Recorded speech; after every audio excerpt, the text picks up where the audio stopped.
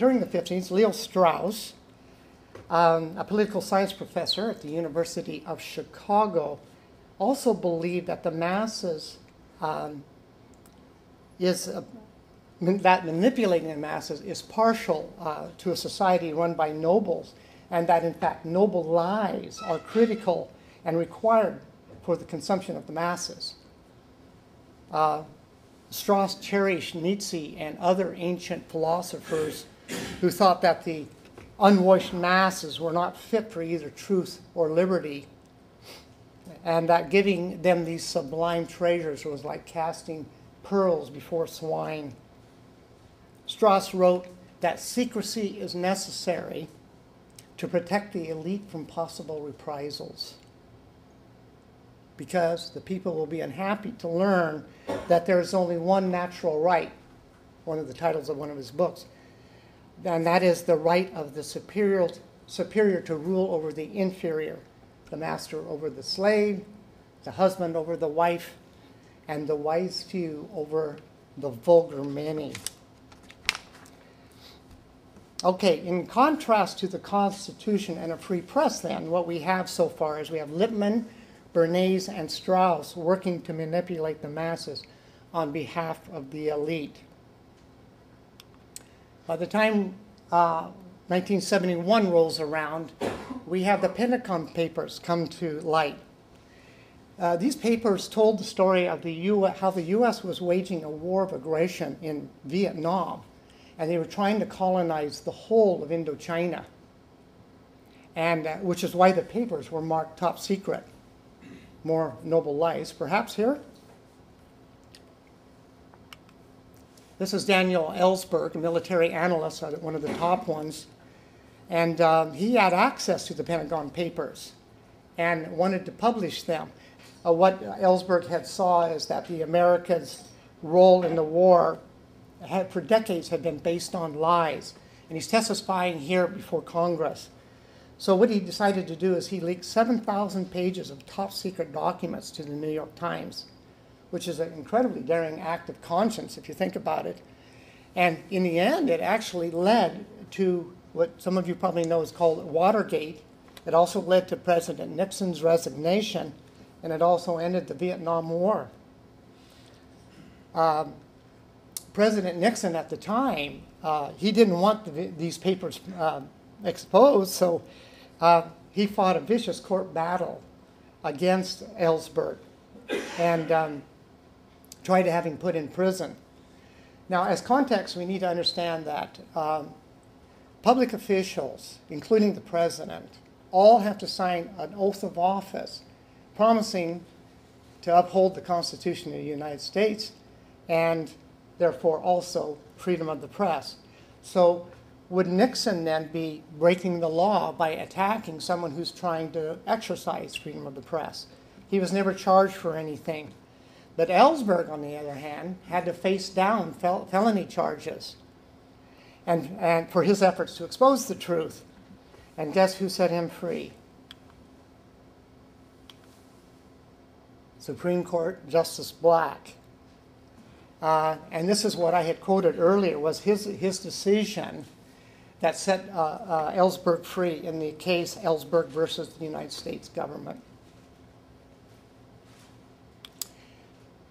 In 1975, this also, the Senate Church Committee investigation was stirred up because of Watergate and all this other mess. So we might say Ellsberg is kind of responsible for this as well. And Frank Church Committee was set up to investigate the CIA since its inception.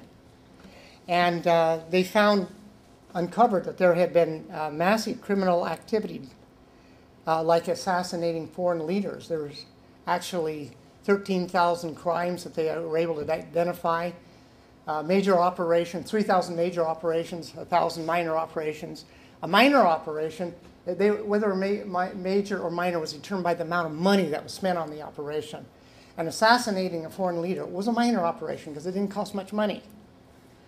And they also found out that over 1,000 propagandistic books had been published, so we can see some energy coming out of the Congress for Cultural Freedom that was set up in 1950. So here we are now in 1975, and the fruit of that Bureau of Propaganda is very fruitful, for sure. Now, the committee, Frank Church, he's on the left, they could not get the names of any of the authors or any of the titles of the books, which tells us then that some sort of secret authority was running the show behind the scenes. In fact, they cut this committee off because they're getting too close to hot material.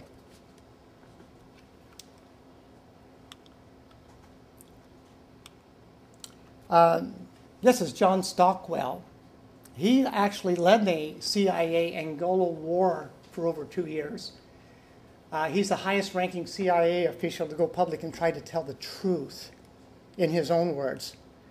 He said that fully a third of his staff worked full-time writing disinformation for the media, and that they would leak it to the press, and the world press would gobble it up and send it out in stories and print it verbatim as if this was real news, and it was all propaganda. Stockwell determined that by using the CIA, deception and secrecy, he's the one that had actually summated this, that there had been 13,000 covert crimes protected under the secrecy blanket and labeled top secret, classified, national security. That seems to be the one that we hear all the time, national security, but we don't get to know whose exact national security we're talking about. Now, for his efforts, Stockwell's written a couple of very good books. He's worth looking up on the internet. And this is the cover of a reading list. It's a pamphlet about 50 pages long. It's excellent reading. And he annotates 120 books that expose CIA covert crimes around the world. And I just want to quote just one of the entries in this pamphlet. It's regarding Noam Chomsky's book, Turning the Tide. I quote, "The U.S. brutal third world policies are manifest in terms of hegemony. Countries that try to escape domination must either be brought forcibly back under control or be crushed so they will not stand as positive examples, tempting others to break free." End of quote. Okay, well, anyway, by now we've got a new generation of public relations experts. This was John Rendon. John Rendon. He was featured in a 2005 issue of Rolling Stone magazine under the article titled, "The Man Who Sold the Iraq War." Rendon was President Bush's general in the war propaganda, and his firm, the Rendon Group, they made millions of dollars of contracts off of the government. And it was hired specifically, I quote, to create the conditions for the removal of Hussein from power. So working under an extraordinary secrecy and power of secret authority, Rendon assembled anti-Saddam militants and personally gave them the euphemistic title Iraqi National Congress to make it look like it was a real democracy when in fact it's a CIA front. Rendon describes himself as a perception manager, an information warrior. And he says, we've been in, starting with Panama, we've been in every war.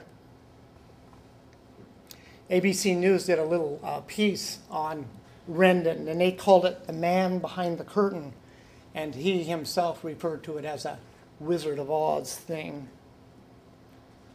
With state-of-the-art technology, Rendon was able to predict and tell you ahead of time what the news was going to be on the evening news that night anywhere in the world.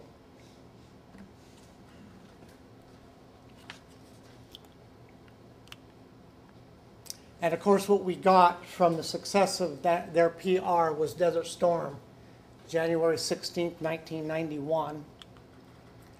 This here's a map of the war in the Middle East. All the airplanes are U.S. air bases. And as far back as 1904, this area was designated the grand prize on the chessboard on planet Earth. Whoever controls all the resources in this area is going to be the master of the Earth. The arrows that you see up there are oil pipelines or planned ones by the U.S. to be able to push Russia out of the scene and take all the oil out to the sea and to the west. This map here shows U.S. military bases and troops around the world. The red and the pink is all the countries they have bases and troops in, and the ones in white, not yet, but this was back in 2001, and a lot of these countries now have bases. Okay, this is Diane Farcetta, from the Center of Media and Democracy. She says that fake news has been an open, dirty secret between publishers and broadcasters and public relations firms for decades. The system exploits a shortage of TV newsrooms by inserting, or a resource shortage by inserting authoritative-looking propaganda from the government into ostensibly independent programming. Like advertisement, stations are paid to air these video news releases and other fake ad items. Farcetta says, I quote, "There's a next to nothing chance that a TV station will tell its viewers the name of the client behind the video news release." She says that a typical newsroom receives thousands of these every year, about 10 to 15 a day. Okay, this is a VNR expert, Karen Ryan. She was responsible for promoting Bush's contentious Medicare prescription drug legislation in a VNR designed to resemble a complete news segment featuring a voiceover saying, "In Washington, I'm Karen Ryan reporting." As you can see there, she was the winner of the 2004 Fake News Award, VNRs. Her stories ran on at least 50 stations around the United States, and she's been involved in dozens of VNRs, many of which pitch pharmaceuticals like Excedrin and Ciprodex.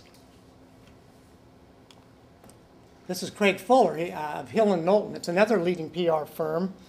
And he set up a front group in 1991 along with Rendon called Citizens for a Free Kuwait. There's a huge story here. We won't have time to talk about it.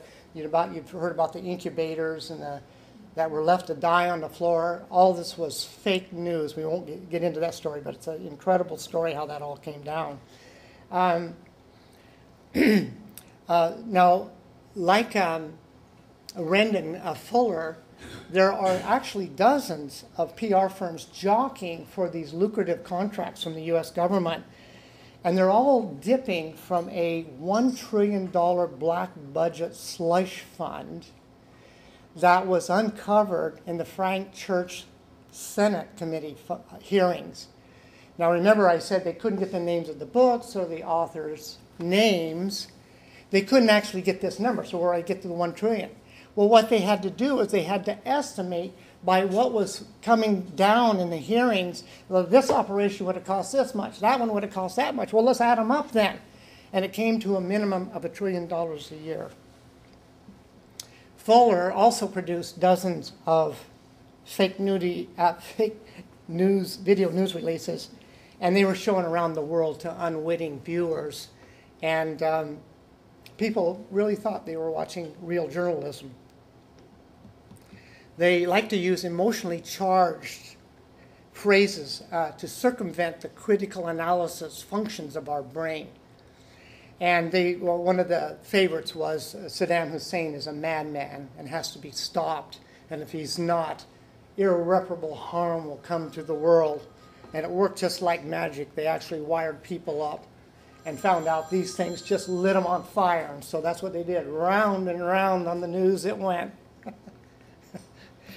And while they were demonizing Saddam Hussein, they quietly and deliberately left out the fact that Saddam Hussein had been an asset, had worked for the CIA for decades. And that's a huge story. No time for that tonight. You all know Donald Rumsfeld, Secretary of Defense. Well, early on in the game, when he and Saddam were good old buddies, well, you can see a video clip there. It's kind of vague. There they are, doing the handshake in 1983, when he was in good stead with the CIA at that point. But oftentimes when these assets, they call them assets, when they're doing the bidding for the CIA, but when their use is over, then they often get rid of them.